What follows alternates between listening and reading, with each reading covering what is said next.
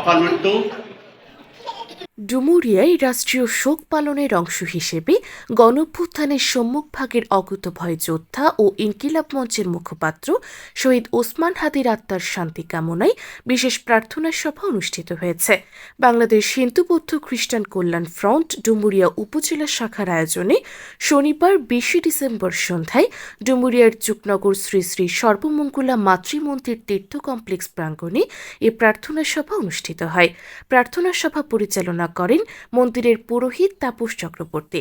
প্রার্থনা সভা শেষে বক্তারা শহীদ ওসমান হাদির আত্মত্যাগ স্মরণ করে তার বিদেহী আত্মার শান্তি কামনা করেন এবং শোক সন্তপ্ত পরিবারের প্রতি গভীর সমবেদনা জানান।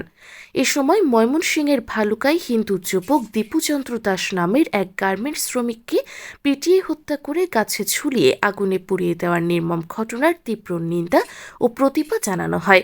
বক্তারা অবিলম্বে ঘটনার সুষ্ঠু তদন্ত ও জড়িতদের দৃষ্টান্তমূলক শাস্তির দাবি জানান।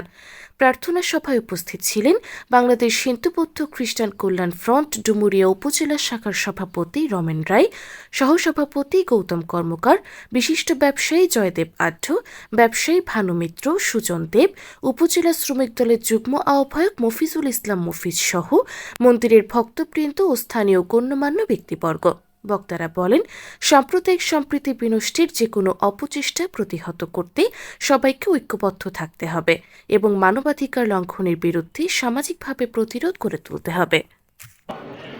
সর্বাবস্থান গত বিবাহ